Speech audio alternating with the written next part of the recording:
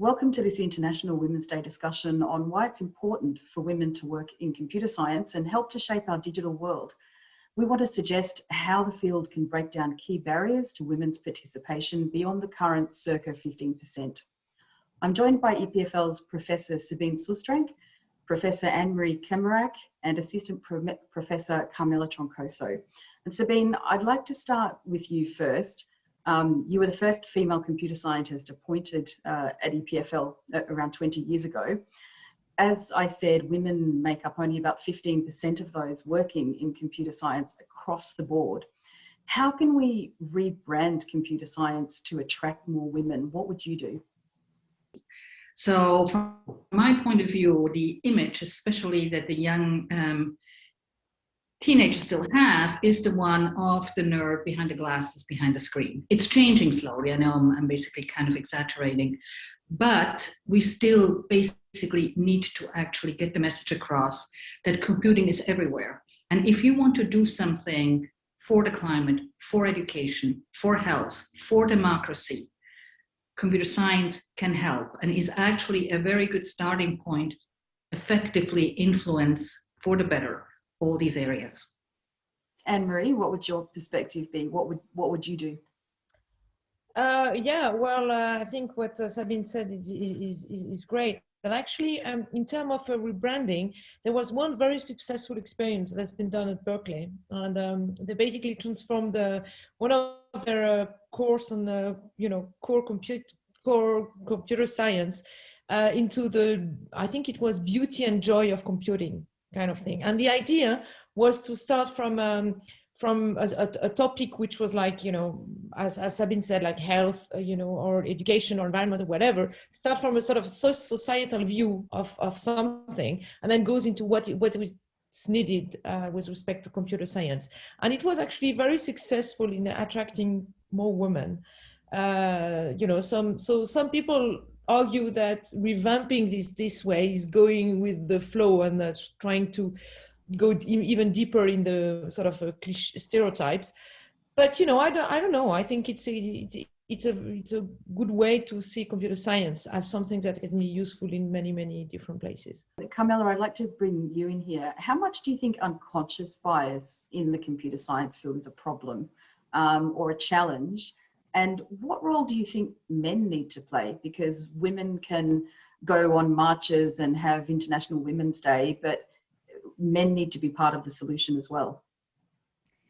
So unconscious bias is a problem in general. It's not only in computer science, but in computer science it brings a lot of problems, I think, both for gender equality and for other things. We see more and more how all of our biases are translated into the world, because as Sabine says, the world now is kind of mediated by computers, so everything we do as computer scientists end up reflecting on the world.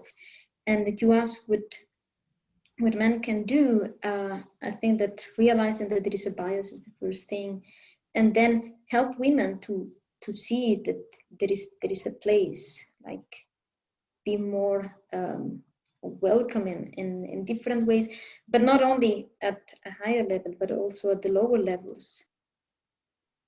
So this bias, whether it's unconscious or not, because computer science runs our lives, our modern lives, algorithms or technology that are improving and changing and developing all the time.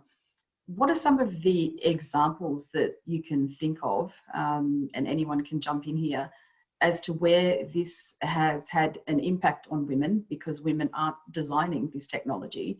In AI, for instance, we all know that we use data we train algorithms on data from the past to predict the future. And obviously, if the data is biased, then the output also predictions is going to be biased. And this is the case for, just consider, for instance, that you're using an algorithm to suggest to young girls what kind of study they should follow, right? Well, obviously, if you look at the statistics, then any algorithm, if it's not changed, or if it just, if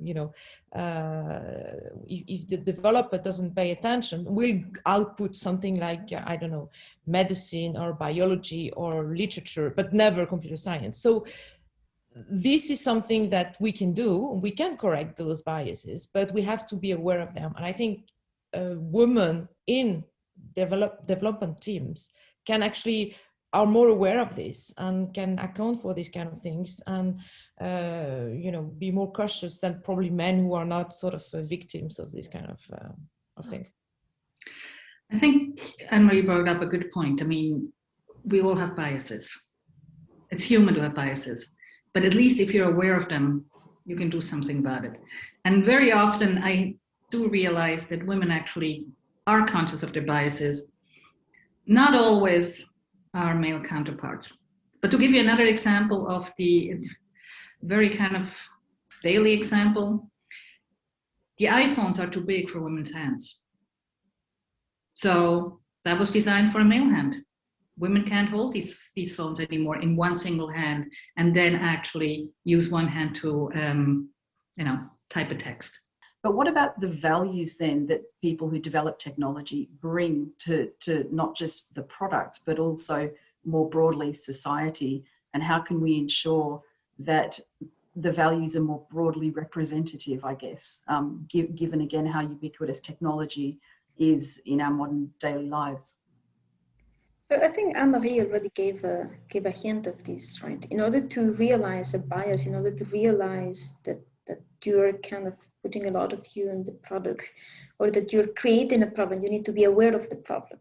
So male designers, many times they're not aware that the phone is too big because they have it in their hands. Or many times, like this happens for many other things, American designers do not realize that in Europe things are different, or in Asia things are different, and then products don't match.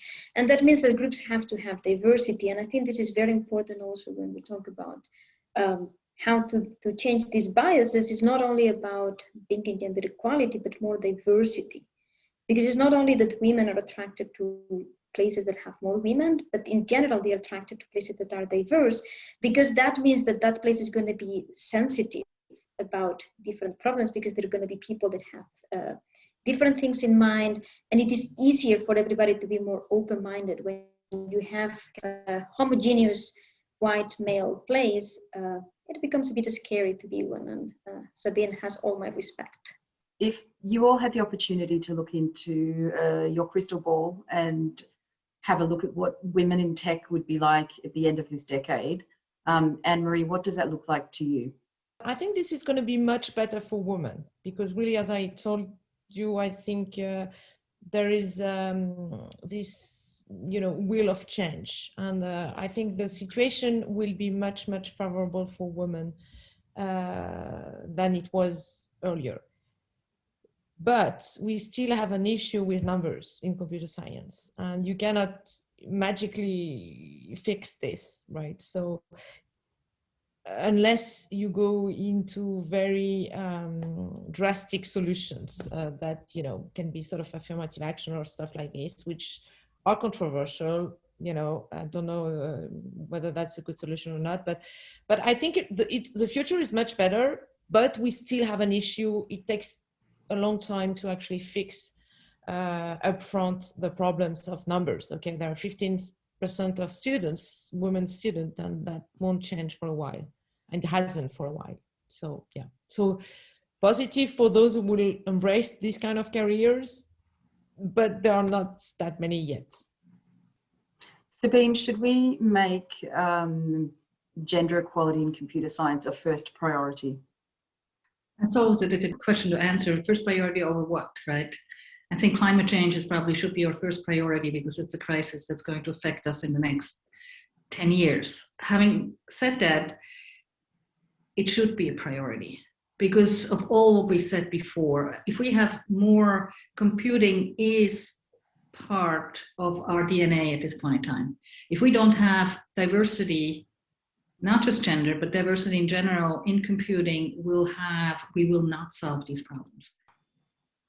Carmela, how would you inspire young girls, women who maybe have an interest in computer science, but potentially would look elsewhere just because of some of these structural biases that we've talked about? What would you say to them? So I think the inspiration is that computer science has become a way in which you can change the world, has become a way in which you can actually fight those biases, right? Becoming the one that removes it from the infrastructure.